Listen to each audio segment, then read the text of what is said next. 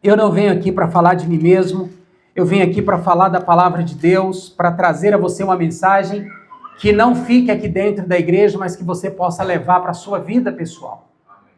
Que haja transformação na sua vida pessoal, que haja transformação na sua mente, que haja transformação na sua forma de ser e de viver. E eu quero convidar você para pregar a sua Bíblia e abrir a sua Bíblia em Lucas capítulo 15. Lucas capítulo 15, versículo 11 até o versículo 24. Nós faremos uma leitura bíblica e eu quero ler com você toda essa história. E essa história é uma história um pouco longa, mas uma história que, acredito eu, valeria muito a pena você entendê-la. Porque muitas vezes nós lemos a Bíblia, sim ou não? Muitas vezes nós lemos a Bíblia, mas a gente é pego, irmão, como aquele homem que estava voltando de Jerusalém. Às vezes a gente lê a Bíblia, mas a gente não entende o que lê. Porque ler a Bíblia é uma coisa, saber o que você está lendo também é outra coisa, mas entender o que você está lendo é outra coisa. Porque por detrás de cada leitura, de cada história, tem o quê? Por detrás? Uma lição de vida. E a Bíblia não é um livro de histórias vazias. A Bíblia é um livro em que as suas histórias têm como objetivo moldarmos, mudar a nossa forma de ver a vida, de ver o mundo, de ver as pessoas, de ver a nós mesmos. E também para tomarmos decisões mais assertivas, mais produtivas. A Bíblia é um livro que tem que ser lido, mas também tem que ser entendido a sua mensagem.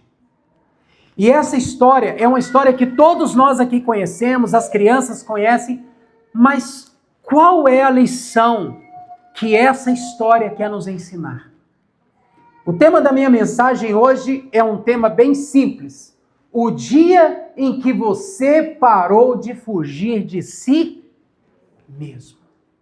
Vamos ler a história. Lucas 15, versículo 11 adiante. Vamos ler juntos. Certo homem tinha 2 filhos. O mais moço deles disse ao pai: Pai, dá-me a parte dos bens que me cabe. E ele lhes repartiu os haveres. Passados não muitos dias, o filho mais moço, ajuntando tudo o que era seu, partiu para uma terra distante e lá dissipou ou gastou todos os seus bens, vivendo dissolutamente. Depois de ter consumido tudo, sobreveio àquele país uma grande fome. E ele começou a passar necessidades. Então, ele foi e se agregou a um dos cidadãos daquela terra, e este lhe mandou para os seus campos aguardar os porcos. Ali, aquele jovem desejava fartar-se das alfarrobas que os porcos comiam, porque ninguém lhe dava nada. Então, caindo em si, disse: Quantos trabalhadores de meu pai têm pão com fartura e eu aqui morro de fome? Levantar-me-ei e irei ter com meu pai, e lhe direi: Pai, pequei contra o céu e diante de ti, já não sou digno de ser chamado teu filho. Trata-me como um dos teus trabalhadores. E levantando-se foi para o seu pai. Vinha ele ainda longe, quando seu pai o avistou, e compadecido dele correndo, o abraçou e o beijou.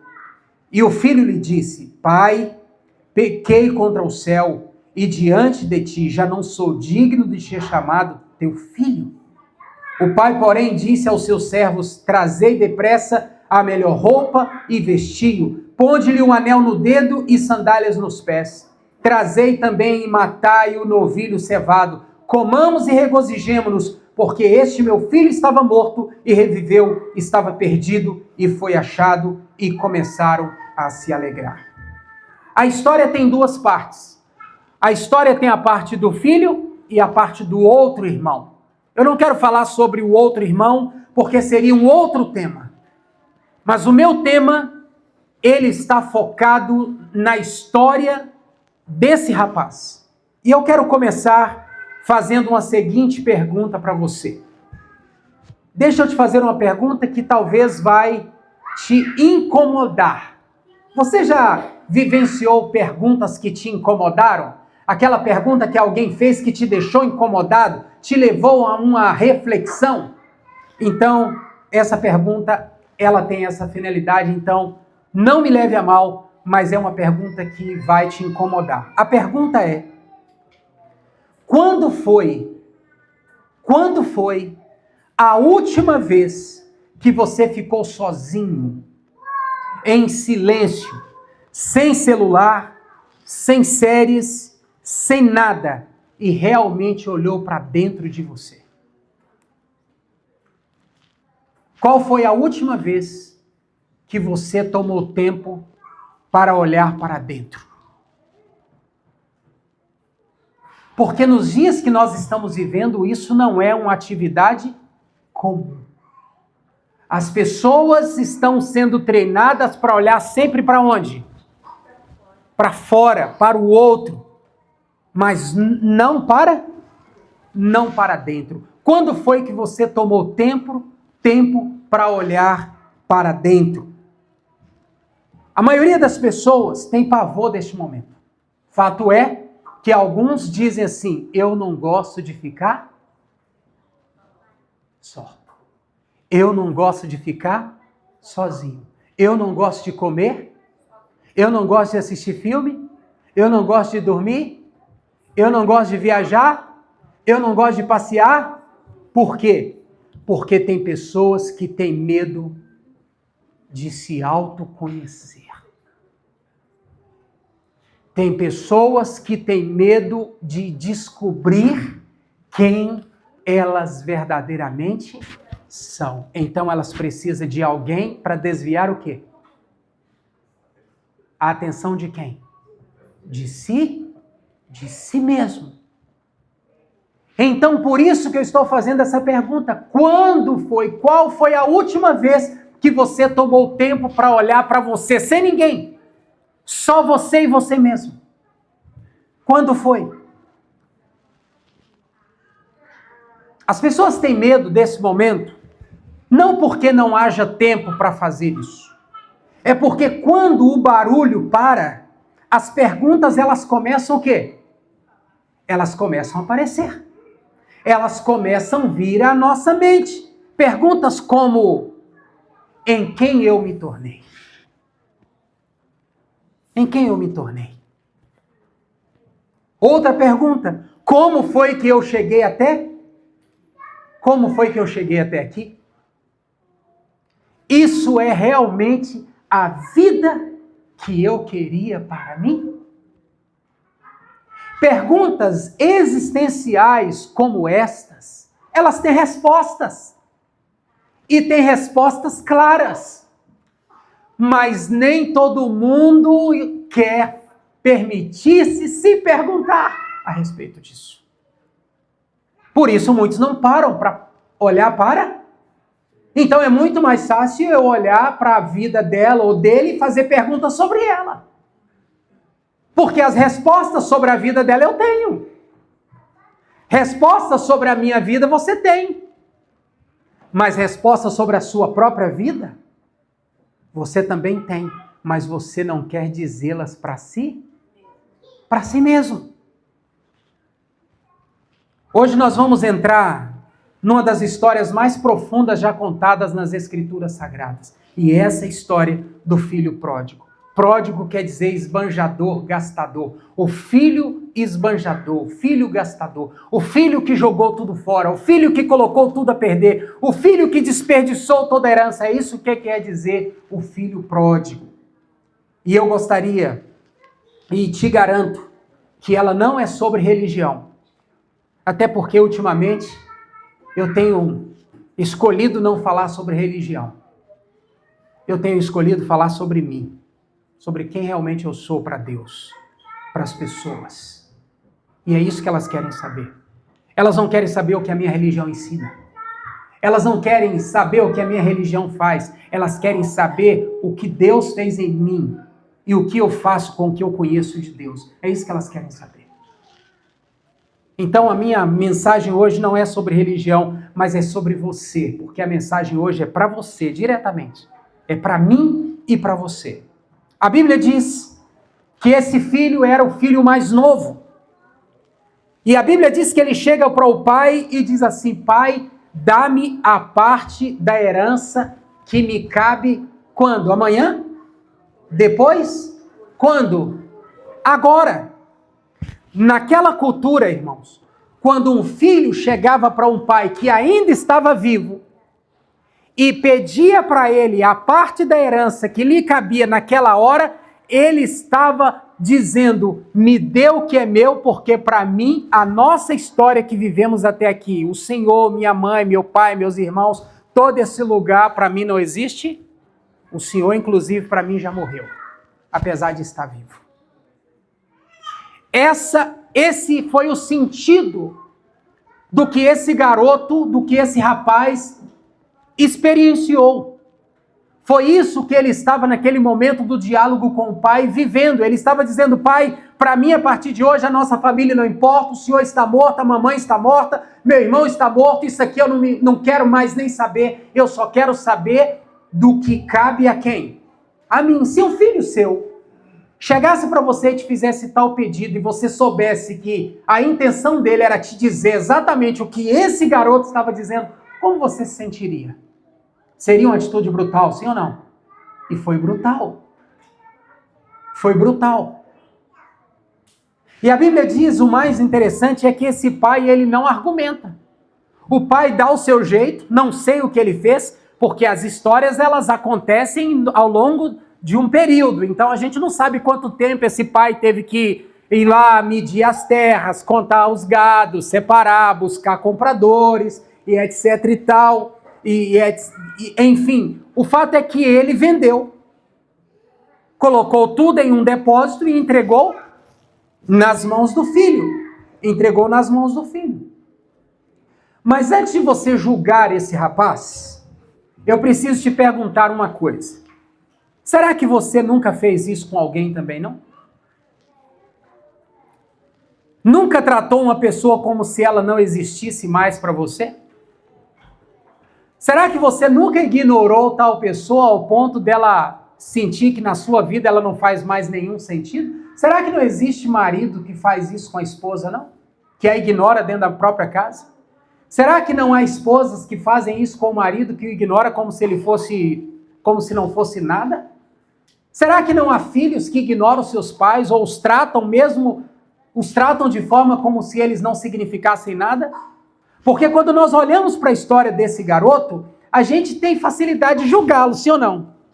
Mas e se nós olharmos para dentro de nós? Será que nós também em algum momento já não fizemos a mesma coisa, porém numa performance ou numa roupagem diferente? A Bíblia diz que ele pega tudo e vai para onde? E vai para longe. Lucas diz que ele foi para uma terra distante. Mas a distância mais perigosa para esse rapaz não era a geográfica, era a distância de si mesmo. Quando ele saiu da sua casa, ele estava ficando distante das suas origens, das suas raízes. E aqui vai uma lição muito grande, eu estava até comentando com o irmão Fabiano ali atrás, que veio na minha mente para eu poder colocar isso aqui, não está escrito, eu não escrevi isso aqui. Mas eu quero dizer para você que o dia que você tiver que sair de algum lugar, o dia que você tiver que sair de algum lugar para ser feliz, o problema não é o lugar e nem as pessoas daquele lugar, o problema é você. O dia que você tiver que sair de um relacionamento para ser feliz, o problema não é o relacionamento, o problema é você. O dia que você tiver que sair de um trabalho que você gosta de fazer para ser feliz em outro trabalho, o problema não é o trabalho, o problema é você. É você que não sabe quem você é, porque você nunca olha para dentro. Você olha para fora. E quando a gente olha para fora, irmão, é mais fácil eu julgar o outro. Eu transferir quem eu sou sobre ele. E a psicologia, a psiquiatria explica isso, que na maioria das vezes a gente fica se projetando sobre o outro. Por isso a gente critica tanto. Por isso a gente só enxerga os defeitos, por isso que a gente só enxerga o erro das pessoas, por isso elas nunca são suficientes, por isso que elas nunca são bastante suficientes para nós, porque na verdade sou eu que não sou tudo isso, mas eu projeto nas pessoas. Então, o dia que nós tivermos que sair de um lugar, deixar pessoas para sermos felizes lá, o problema nunca foi aonde nós estávamos e nem as pessoas com as quais convivíamos, o problema era eu. Eu sou o problema. E a Bíblia diz que ele foi embora e pegou tudo e levou para não ter que se olhar no espelho mais. Por quê? Eu não sei, mas eu deduzo, e aqui a Bíblia nos dá liberdade para a gente refletir. Será que ele gostava da sua família? O que ele achava da sua família? O que ele achava do seu pai? Será que ele achava que seu pai era antiquado? Porque talvez, como jovem, ele tinha amigos, e os amigos eram filhos de outros pais, talvez pais mais bem-sucedidos, mais do que o dele, e ele olhava para o seu pai, tinha vergonha de apresentar o pai para os próprios amigos, então ele não queria ter que constranger-se mais em relação a isso. Talvez a sua mãe era uma enferma, talvez ela tinha problemas de saúde, todo mundo na sua sociedade conhecia, e ele não tinha condições de resolver o problema, então ele preferiu fugir para não ter que assumir a responsabilidade de ajudar seu pai a cuidar da própria mãe. Talvez o seu irmão era, porque as características desse irmão que a gente vai ver na história depois é um irmão um pouco egoísta, então talvez era um irmão que fora contava uma história, mas que na verdade não era a história verdadeira da família, então ele tinha vergonha sobre isso. São várias conjecturas que nós podemos colocar aqui nessa reflexão, mas o fato é que ele decidiu não mais se parecer com quem ele deveria se parecer. Ele decidiu não ser mais quem ele era. Ele decidiu abandonar suas raízes. E aqui, irmãos queridos, não é um lançar para o sucesso. Isso aqui é uma fuga. Isso aqui é uma fuga. Ele estava fugindo de tudo que representava ele. Fugindo das suas raízes, das suas origens, da sua família, dos seus relacionamentos. E ele foi embora de casa para não ter que se olhar no espelho todos os dias, para não ter que responder para ninguém, para ser livre, pensava ele. Livre de quê? Porque quando a gente avança na história, a gente percebe que em algum momento ele se deparou com as mesmas algemas que o prendiam aonde? Lá na sua casa. Ao ponto dele dizer assim, os trabalhadores do meu pai são mais felizes do que eu. O problema nunca foi aonde ele nasceu e onde ele estava, com quem ele convivia. O problema era ele. Era insatisfação aonde? No próprio coração. Eram traumas, eram emoções machucadas que ele precisava resolver. Perdões que ele precisava liberar. Perdões que ele precisava aceitar. Era crise emocional, era questão de terapia. Era questão de compreender o processo e ressignificar a própria vida. Não, ao invés de fazer uma autoanálise, dar significado a tudo que ele viveu e construir um novo legado, uma nova história, ele decidiu fugir. Fugir de quem? Dele. Dele mesmo. E aqui tem uma primeira verdade que nos incomoda. Muito do que chamamos de liberdade hoje é, na verdade, fuga. Fuga de responsabilidade, fuga de amadurecimento e fuga de nós mesmos. Você já fugiu assim alguma vez?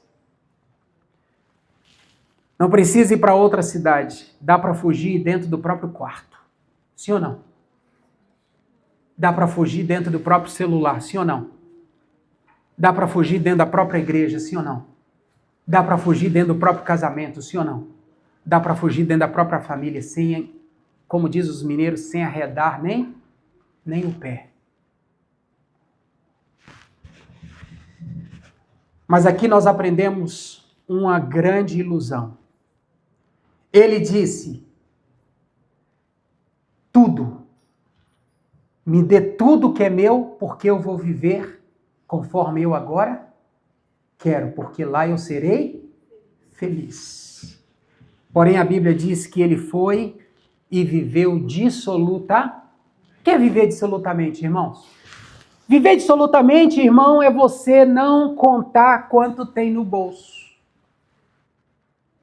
Viver dissolutamente é você não considerar quantas milhas você consegue correr e desafiar alguém para uma corrida.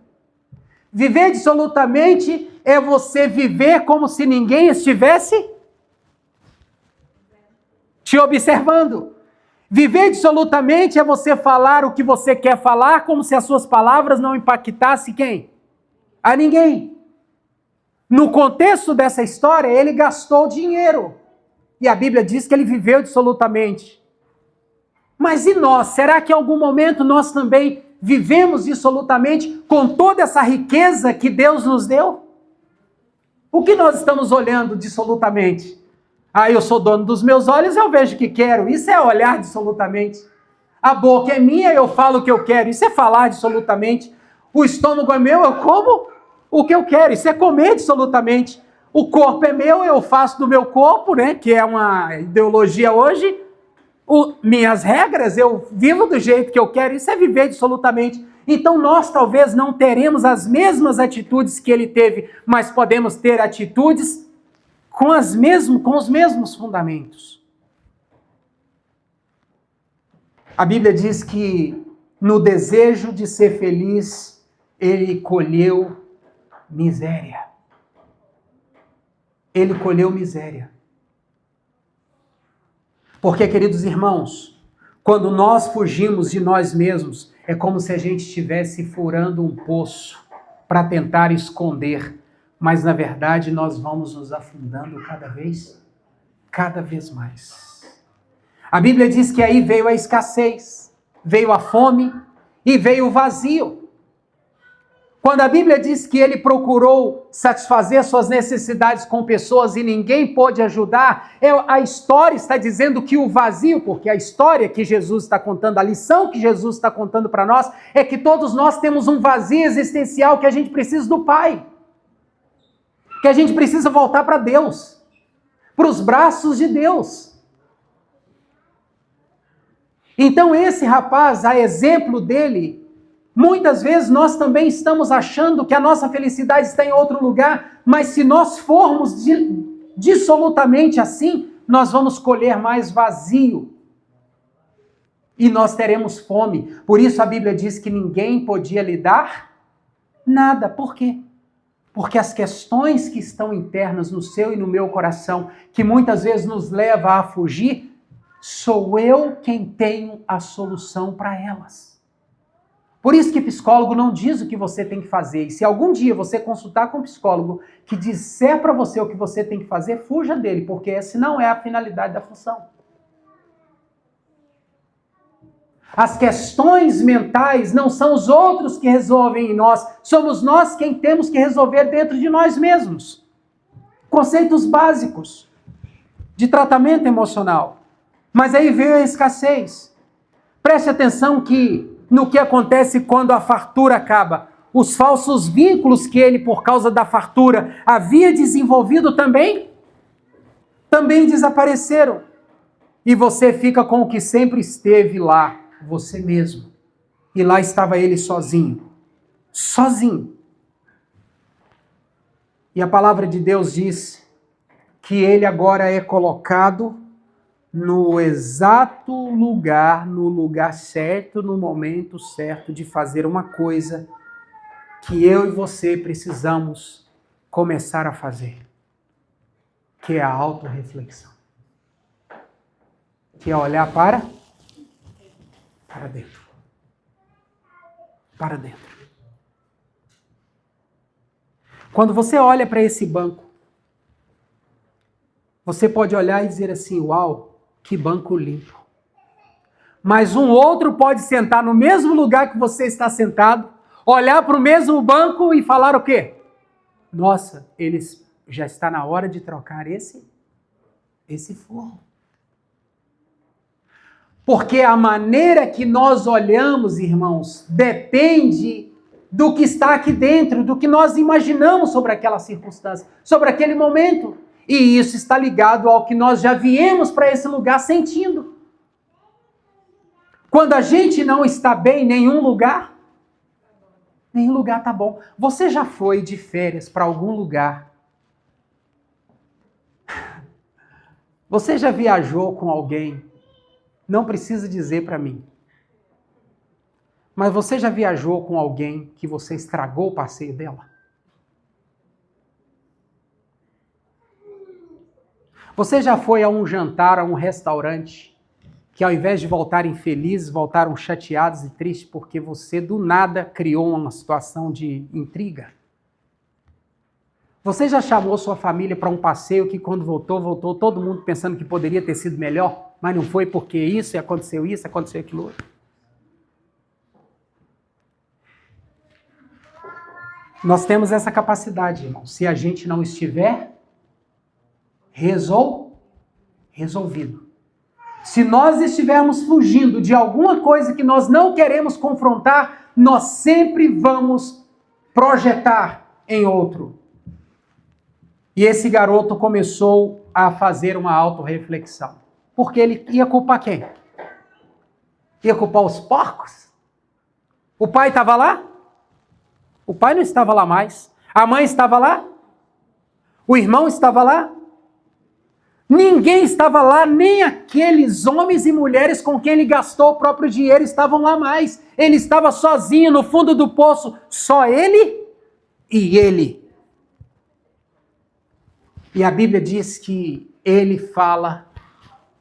toma uma decisão extraordinária. Jesus, contando essa história, Jesus diz assim, e caindo em si. Irmãos, para mim, essa é a frase que todo cristão deveria ter gravado em algum lugar para nunca esquecer. Porque a gente tem dificuldade de cair em si. A gente tem dificuldade de olhar para onde? De olhar para dentro. Muitos dos defeitos que você está encontrando, encontra e dá e classifica no seu marido, ele não tem. Muitos defeitos que você olha para sua esposa e a classifica, adjetiva, ela não tem. Muitos dos defeitos e faltas que você olha para sua família e para os seus filhos, eles não têm. É a sua maneira de enxergar com seus óculos emocionais, porque tem feridas aí dentro. E quando eles erram, quando eles falham, que seriam coisas que passariam de um segundo para o outro, você fica irritado. Por que você irrita? Não é porque pelo que ele fez, é porque você está machucada com aquilo que te trouxe uma lembrança dolorosa.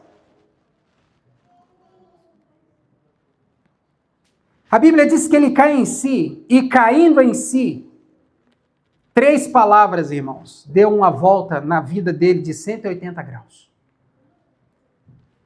Se ele estava de costas para o passado que ele está fugindo, quando ele cai em si, o que faz?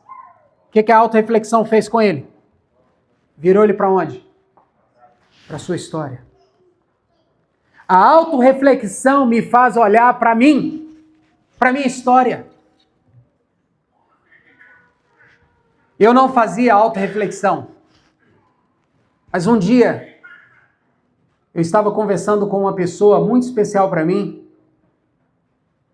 e eu falei assim, isso faz bastante tempo, minha vida poderia ser melhor se não tivesse acontecido isso, isso e isso. E aí citei nome de algumas pessoas na minha história. E aí essa pessoa olhou para mim e falou assim, ô Marcos, você precisa cair em si, cara.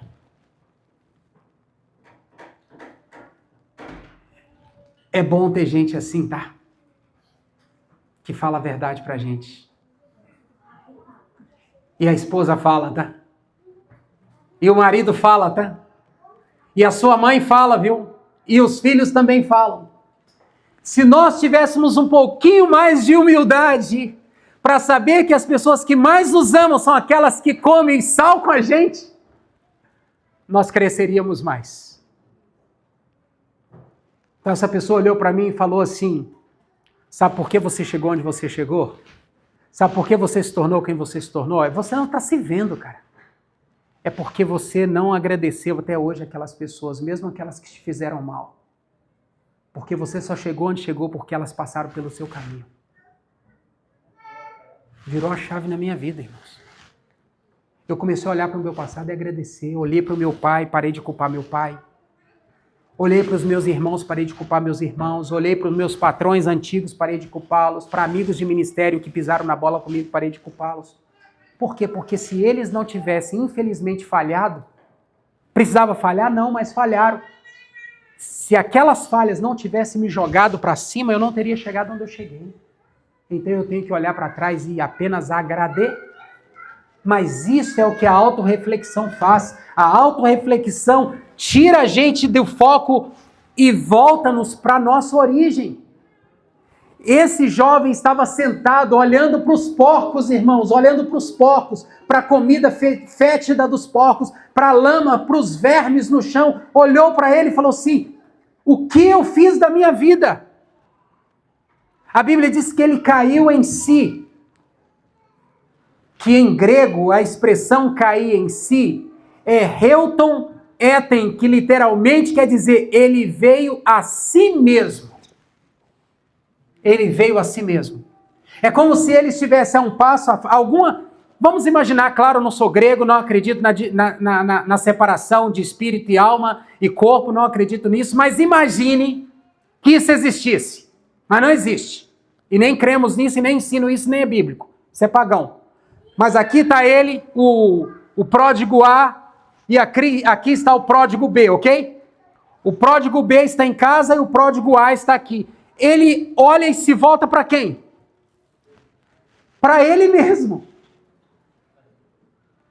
Ele se volta e olha para ele mesmo. E diz assim: quem eu estou tentando ser? Do jeito que o meu coração está. Do jeito que a minha mente está funcionando. Então a Bíblia diz que ele volta para si mesmo. Ele voltou para dentro de si mesmo. Ele parou de fugir e ele se encontrou. E esse é o momento mais corajoso da história toda. Quando ele decide voltar para casa. Quando ele decide voltar para o seu pai.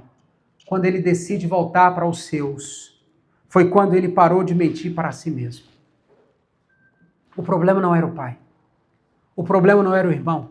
O problema não era a casa. O problema não era o lugar. O problema era uma mentira que ele contava para ele mesmo e ele acreditou como se fosse verdade. Que lá era melhor do que aqui. Nós estamos o tempo todo contando mentira para nós, irmãos.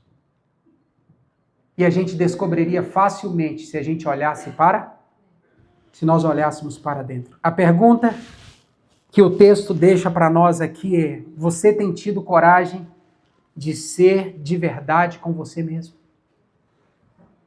Ou você tem vivido a versão que te colocaram ou que você próprio criou?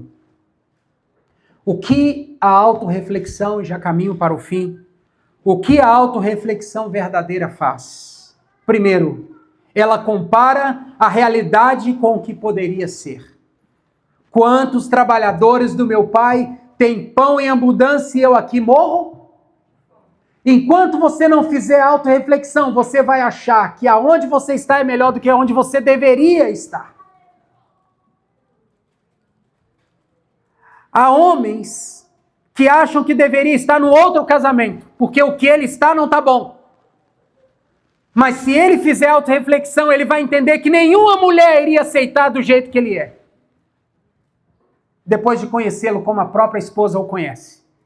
Bagunceiro, deixa a roupa jogada, gastão, sem controle financeiro, emocionalmente desequilibrado, grosso às vezes, rude com os filhos, não valoriza, não diz que ama nem nada, mas ele acha que lá encontraria uma que iria aceitá-lo do jeito que ele é. Mas se ele olhar para trás, ele vai agradar a esposa que tem. E vice-versa. Há filhos que olham para sua casa e ficam imaginando que lá será melhor. Mas dificilmente ele vai encontrar pais e mães que o suportam, que aguentam-os do jeito que eles são, do jeito que eles vivem e fazendo tudo por eles ainda. A autorreflexão compara a realidade com o que poderia ser. Ele parou de normalizar o que estava vivendo. Muita gente vive uma vida miserável por dentro e nunca para dizer: espera, não precisa ser assim. Eu vou mudar. Eu vou mudar. Esse rapaz decidiu mudar. Mas muitas vezes a gente só muda quando o outro muda. E isso pode nunca acontecer. Segunda lição que a autorreflexão me ensina é que ele assume a responsabilidade sem se destruir. Se aquele rapazinho continuasse do jeito que estava, o que vocês acham que iria acontecer com ele, irmãos? Comendo comida com porcos, azedas, cheia de bactérias, doenças. Quanto tempo ele iria viver saudável? Então, quando ele faz a autorreflexão me impede de continuar me autodestruindo. Levantar-me-ei e irei ter com meu pai, e lhe direi: pai, eu pequei. Ele não ficou se flagelando, sem agir, ele reconheceu o erro e decidiu se mover, decidiu voltar.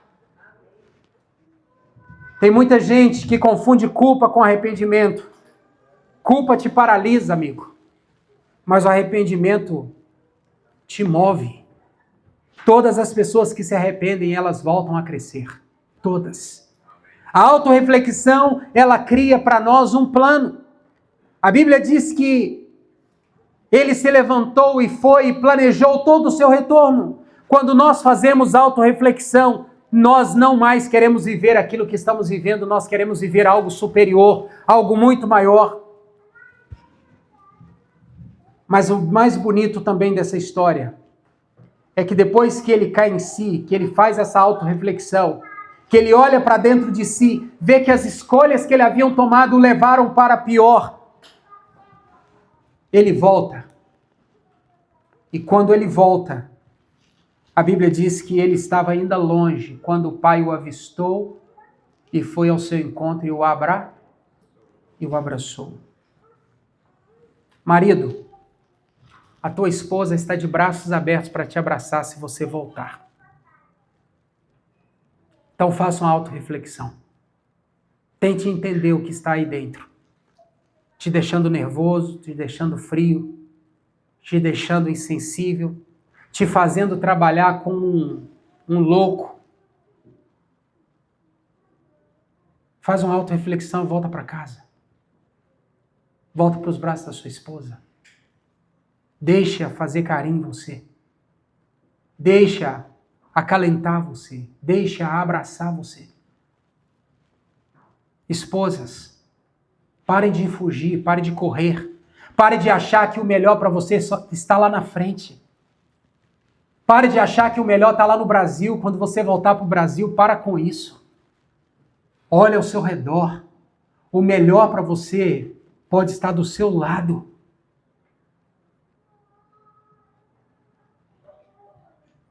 Filhos, pare de achar que a casa do vizinho é melhor do que a sua.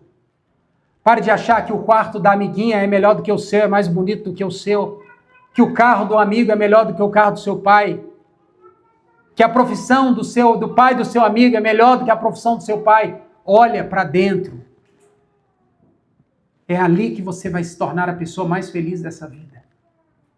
Porque a felicidade não está onde eu quero estar. A felicidade está onde eu estou. Eu só preciso olhar para dentro.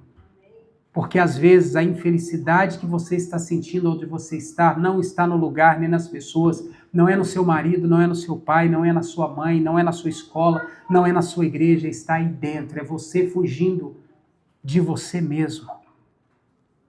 E essa história é uma história que diz que assim como há alguém sempre te esperando voltar no mundo físico, há também no mundo espiritual um Deus que está de braços abertos para receber você de volta. Amém. Eu quero perguntar para você nessa manhã, porque o objetivo de Jesus com essa história era falar do contexto espiritual. Eu trouxe essa história num contexto mais de vivência humana, porque acho que hoje a maioria de nós não está precisando saber sobre Deus. A maioria de nós está precisando aprender como viver com Deus nessa terra. A maioria de nós não está precisando de uma igreja. A maioria de nós está precisando ser a igreja onde a gente está vivendo. A maioria de nós não está precisando saber o que devemos fazer. Nós já sabemos o que devemos fazer, mas a maioria de nós temos que fazer o que temos que fazer. Mas a Bíblia também nos faz um apelo nessa manhã. Você está longe ou perto de Deus? Você está voltando para Deus ou está ainda fugindo de Deus? Como é que está a sua vida espiritual, irmão? Você precisa fazer uma auto-reflexão. Aonde eu cheguei espiritualmente? Pensa. Aonde você chegou espiritualmente? É possível que aqui haja irmãos que passam a semana toda sem pegar na Bíblia. Olha aonde você chegou. É possível que aqui haja irmãos que não oram durante a semana e quando oram é oração relâmpago que não dá nem tempo de Deus ouvir. Olha que ponto você chegou. Talvez haja algum irmão aqui que não ama mais como amava. Olha que ponto você chegou. Você precisa fazer essa reflexão. Você trabalhava nessa igreja, servia Jesus de todo o seu coração, ajudava as pessoas, ensinava a Bíblia, congregava, cantava, se dedicava. Mas hoje o banco é o seu lugar. Olha aonde você chegou. Você precisa fazer essa auto-reflexão e voltar, porque Deus está de braços abertos te esperando. Nem sempre o problema é o passado. Muitas vezes o problema está dentro de você, que você não se aceita. Às vezes você quer elogios, quer reconhecimento, e você acha que lá vão te reconhecer. Não vai. Você vai continuar vazio, porque a sua carência é do reconhecimento de quem sempre esteve perto de você. Então volta e aceita-os.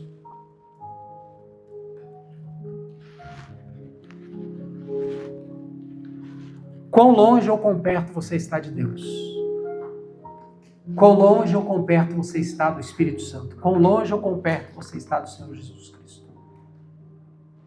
Haverá um dia, queridos irmãos, haverá um dia em que só estará você e Jesus. Esse encontro vai ser extraordinário, hein? Só vai estar você e Jesus. Só você e Jesus. E sabe quando vai ser esse encontro? Quando o mundo cair em si. E o mundo vai cair em si. Você crê ou não crê nisso? O mundo vai cair em si. A Bíblia diz que o mundo vai cair em si. E alguns vão querer voltar. E na tentativa de voltar não vão conseguir mais encontrar o lugar de onde um dia saíram. Não vão encontrar mais o Pai de braços abertos. Mas e hoje? Hoje ainda os braços do Pai estão abertos e o lugar ainda é possível encontrar. E esse melhor lugar é os pés do Salvador. Então, faça essa autorreflexão. Faça essa autorreflexão. Faça autorreflexão sobre você, sobre sua saúde, sua vida espiritual, seu casamento, a educação dos seus filhos, sua vida financeira. Faça autorreflexão sobre suas amizades. Faça autorreflexão sobre o seu serviço no templo. Faça autorreflexão. Encare-se a si mesmo. Não tenha medo de você. Você é gente boa. Só talvez não se conhece ainda. Se enfrente, se encare. Olhe no espelho. Fale para você mesmo quem você é. E toma decisões. E volte-se. Porque ainda dá tempo de voltar. Porque a autorreflexão nos coloca de volta, face a face com o Salvador. E Ele te aceita sempre e sempre. Deus te abençoe nessa manhã. Essa mensagem fez sentido para você? Te ajudou a pensar em alguma coisa? Então guarde-a no seu coração. O dia em que você parou de fugir de si mesmo. Que esse dia seja hoje. E você se volte para aqueles que mais te amam e para aquilo que verdadeiramente importa. Lá fora não está a sua felicidade. A sua felicidade está em você mesmo. Descubra desculpa. Esse é o meu desejo e a minha oração para cada um de vocês nessa manhã. Amém? Amém. E amém. Ore comigo. Querido Deus, ao encerrar essa meditação, essa reflexão, essa mensagem, eu quero pedir ao Senhor que nos ajude a parar de fugir de nós mesmos. O Senhor Jesus nos ensina nessa parábola que pode ser que em algum momento vamos enxergar a felicidade longe dele. Vamos enxergar a felicidade longe da sua casa. Vamos enxergar a felicidade longe da nossa família. Vamos enxergar a felicidade longe do nosso casamento. Vamos enxergar a felicidade longe dos nossos amigos. Vamos enxergar a felicidade longe do nosso atual trabalho. E vamos embora. Senhor Deus, porém nem sempre essa fuga, esse sair, é uma aventura de conquista. Muitas vezes é uma fuga por causa do medo de nos enfrentarmos, de encararmos a realidade e de crescermos, de nos arrependermos, de nos auto-perdoarmos. Então abençoa, Pai, cada um dos que estão aqui. Há alguns que talvez entenderam muito bem o que eu queria dizer. Há outros que talvez não entenderam tão bem, mas que o Espírito Santo possa traduzir essa mensagem para o coração de cada um. E que cada um saia daqui com o desejo de se voltar e ser aquele que ele sempre quis ser, de onde nunca deveria ter saído. Em nome de Jesus. Amém e amém.